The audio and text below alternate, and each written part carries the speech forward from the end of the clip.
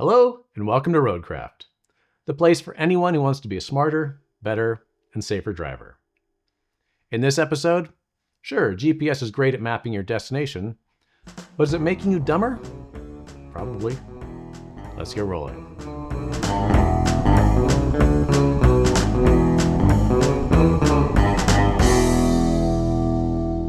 If you're as old as me, you remember opening physical maps printed on paper to figure out how to get to a new destination.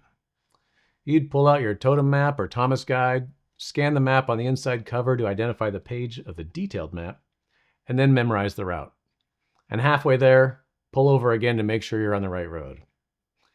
No wonder that once GPS was available, we didn't hesitate to replace the road atlas in the glove box with a screen on our dash. We gained convenience, but we gave up something too, a part of our brain. Turns out that all that map memorizing and attention to street signs was exercising the part of our brains responsible for spatial reasoning. When we continually hand that off to a computer, our brain actually shrinks a little bit. GPS is making us dumber. And while it's making us dumber, GPS itself is not as smart as we think it is. You've probably had times when GPS steered you wrong. Not as wrong as Sabine Moreau, who set out on what should have been a 38-mile trip and followed her GPS for 900 miles through 6 countries over 2 days. For real. Or there was the guy who drove off the Alaska Ferry and following his GPS made a hard right into the harbor, submerging his Subaru up to the antenna. People have driven off bridges, got lost in the wilderness. I could list plenty more examples, equally as absurd and some far more tragic. You probably think that could never happen to you. Hopefully you're right. But it did happen to some people, and they didn't think it would happen to them.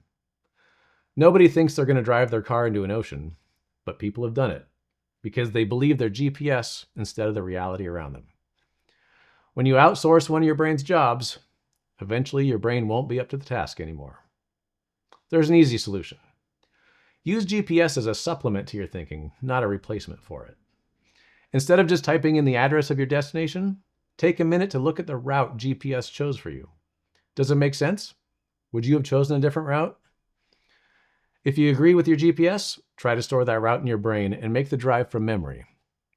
Then the GPS is there to back you up if you forget, but if it steers you wrong, you won't blindly follow. Yes, this will take a bit of extra time. That's the price for having a properly working brain. I mean, if you don't exercise, your body gets soft. And if you don't think, well, your brain gets soft.